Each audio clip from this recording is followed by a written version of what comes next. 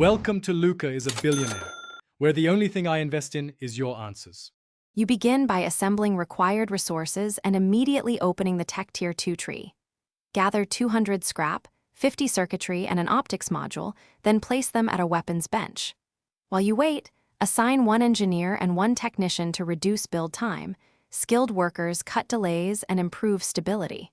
Once done, start the night vision blueprint at the bench so construction begins. This jumpstarts the item and gets production into the queue without wasting time on optional upgrades.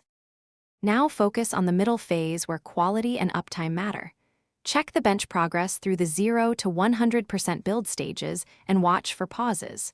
Make sure your power grid stays above 75% uptime so the bench doesn't stall.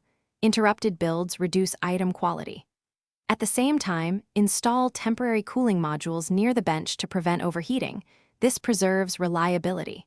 Once these systems are stable, you'll move smoothly into final assembly without losing efficiency or item performance. Finish by completing assembly, applying the firmware upgrade, and calibrating the optics to achieve usable night vision. Run a short dark mission test to validate visibility and stability, because practical checks catch issues the bench UI misses. Once the test passes, queue mass production or equip units directly. If problems occur, troubleshoot by confirming stable power, reassigning skilled workers, and inspecting component quality. Low-grade parts or interrupted builds are the usual culprits. Rebuild with corrected parts and rerun the calibration to resolve remaining issues. Thanks for watching and please subscribe. It's the best investment you'll ever make.